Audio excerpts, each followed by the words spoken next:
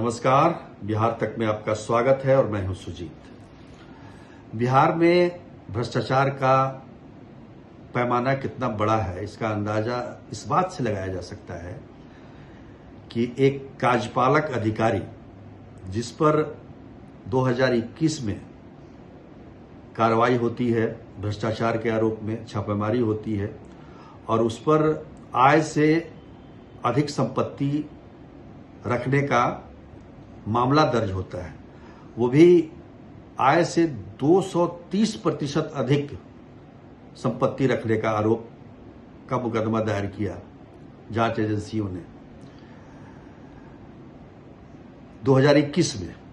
लेकिन अब देखिए, अब सुनकर मैं हैरान रह गया कि वही अधिकारी, उसी अधिकारी पर फिर से जांच एजेंसियों ने, आर्थिक अपराध इकाई ने छापेमारी की और आय से 71% अधिक संपत्ति का मामला दर्ज किया।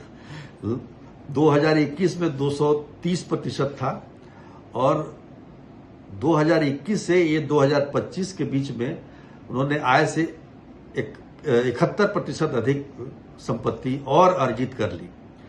जबकि 2021 में उन पर जब कार्रवाई हुई थी, उनका निलंबन हुआ, उनको सस्पेंड किया गया, लेकिन बहुत ज्यादा दिन तक सस्पेंड वो नहीं रहे। तुरंत उसके बाद उनकी नियुक्ति हो गई, मतलब पोस्टिंग हो गई, नियुक्ति क्या कहेंगे, पोस्टिंग हो गई। रक्सौल में रहे, सहरसा में रहे और अभी सिवान में मौजूद थे।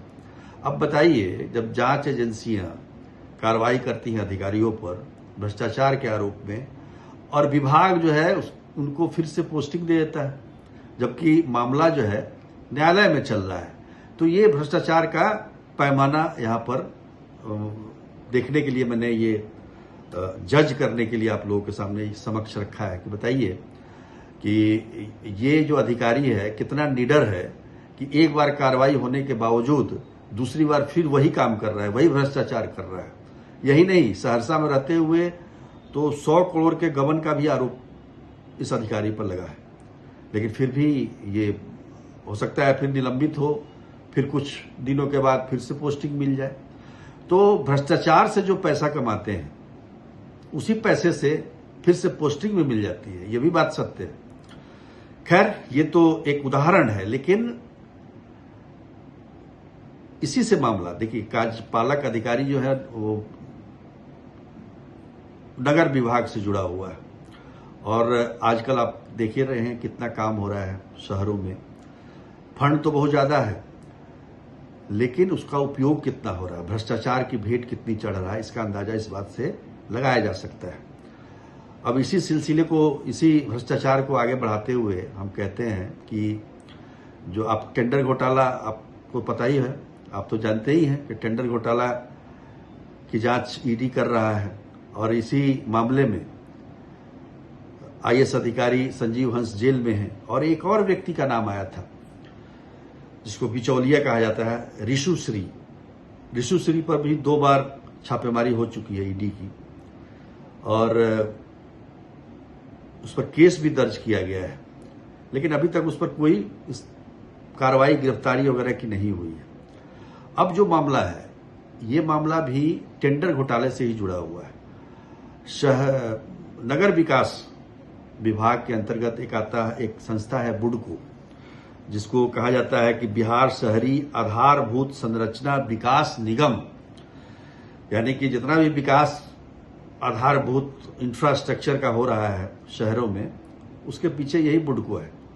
बुडको का आपने देखा होगा, बोर्ड जगह जगह लगा होगा। जब नमामि गंगे की परियोजना के लिए सड़क की खुदाई होते हुए तो आपने देखी होगी पटना में, अगर हैं तो। और लेकिन उसके बाद ये लोग रोड बनाते नहीं है, उसको खोद के चले जाते हैं। अभी बरसात में बुरी हालत है कई जगहों पर, आज अभी भी वही स्थिति है। तो यही वो बुडको है। बुडको आधारभूत संरचना देखता है। स्मार्ट सिटी पटना को बनाने का जिम्मेदारी भी इन्हीं पे है, लेकिन ईडी की नजर पड़ गई है इस नगर विकास विभाग पर और कैसे कैसे इसमें ठेके दिए जा रहे हैं, किस प्रकार से ठेके दिए जा रहे हैं, उसका भी अंदाजा ईडी ने लगा लिया है। तभी तो नगर विकास विभाग को उसने पत्र लिखा है कि बुडको में जिन 2016 से जिन कंपनियों को टेंडर दिया गया है उनका पूरा ब्यौरा दीजिए, क्योंकि जानकारी ये मिल रही है कि कई कंपनियां जाली दस्तावेज के आधार पर यहां पर ठेके ले रही हैं। कई ऐसी कंपनियां हैं जिनको ब्लैक सूची में डाला गया है, ब्लैक लिस्टेड किया गया है, इसके बावजूद यहां पर काम कर रही हैं। और ऐसी ऐसी कंपनियों को ठेका दिया गया है, टेंडर दिया गया है, जिसकी वजह से परियोजनाएं काफी विलंब से चल रही हैं। अब जैसे मंदिरी, पटना के मंदिरी का नाला का जो है 1 साल में पूरा करना था, 9 महीने में पूरा करना था, 1 साल से ज्यादा हो गया, अभी तक काम ही चल रहा है, अभी आधा काम भी हुआ कि नहीं। और उसमें लापरवाही देखिए, एक बच्चे की मौत भी हो गई इसी बरसात में, खुलने के जो मेन होल होता है उसके खुले रहने की वजह से। तो इस तरह की बात है। तो ईडी ने यह जानकारी मांगी है कि आप बताइए कि भाई कौन कौन लोग हैं, किसको किसको आपने टेंडर दिया है और क्या क्या है, क्योंकि जो आरटीआई से भी जो जानकारी मिल रही है उसमें भी कई प्रकार की गड़बड़ी, मतलब जाली गलत कागज दिखा के टेंडर दिया गया है। और जिसकी वजह से देखिए, सबसे बड़ी बात है, कंपनी अगर शुरू में ही फ्रॉड कर रही है, जाली कागज के आधार पर टेंडर ले रही है, तो काम सही कैसे होगा। और पटना को स्मार्ट सिटी बनाना है, इसी बुडको के कंधों पर सारी जिम्मेदारी है। लेकिन जिस प्रकार की खबरें आ रही है, निश्चित तौर पर ये चिंता का विषय है और ये मामला अभी आगे और बढ़ेगा।